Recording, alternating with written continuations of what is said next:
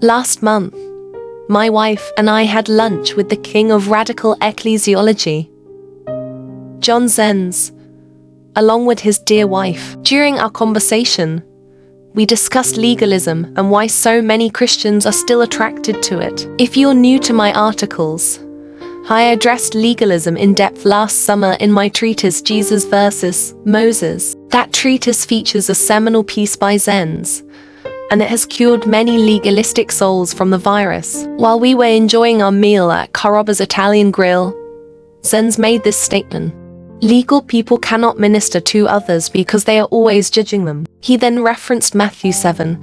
How can you say to your brother, "Let me take the speck out of your eye," when all the time there is a plank in your own eye? You hypocrite!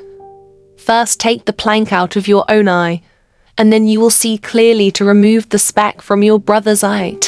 Matthew 7:4-5.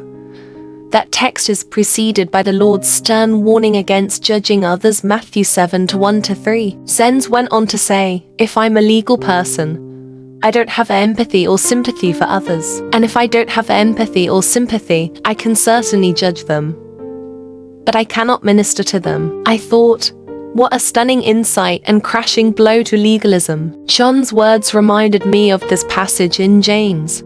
Brothers and sisters, do not slander one another. Anyone who speaks against a brother or sister or judges them speaks against the law and judges it. When you judge the law, you are not keeping it, but sitting in judgment on it. There is only one lawgiver and judge, the one who is able to save and destroy. But you, who are you to judge your neighbor?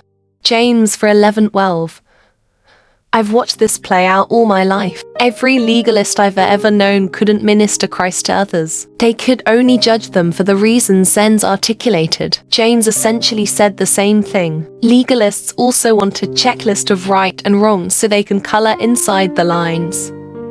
Give me a list to follow, is the demand of the legalist. Part of that demand is security, but the other part is pride. Ergo, I can keep the list, but look who can't. And yet the irony here is that the legalist is blind to the fact that the piece of sawdust he sees in his sister's eye came off the telephone pole in his own.